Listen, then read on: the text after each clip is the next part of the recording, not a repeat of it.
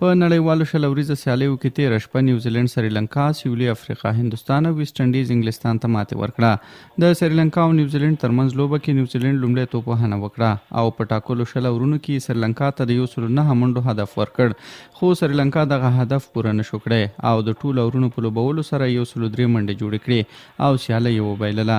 د لوبې غوره لوبغاړی لوک فرګیوسن د 3 وکټو په ترلاسه کولو سره وټاکل شو. سویلي افریقا بیا هندوستان ته په دوهمه شل ورځې سیالۍ کې په 3 وکټو ماتې ورکړه. په دغه لوبه کې لومړی توپ وهنه د هند لوبډلې وکړه او افریقا ته یې د 125 منډو هدف ورکړ.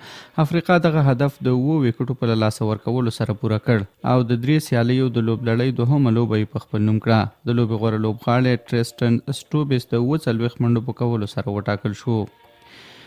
او د انګلستان او ویسټ انډیز ترمنځ بیا یو څه جالبه لوبه وشوه. په دغه لوبه کې ویسټ انډیز د 8 لوبغاړو په سوځېدو سره انګلستان ته 159 منډې هدف ورکړ، خو د جوس بټلر د بهترینو توپ وهنې پر مټ انګلستان وکولی شول چې دغه هدف په 15 اوور کې د 3 لوبغاړو په سوځېدو سره پوره کړي او لوبه په خپله ګټه تمامه کړي. بټلر په 45 توپونو 83 منډې جوړې کړې او د لوبې غوره لوبغاړی وټاکل شو.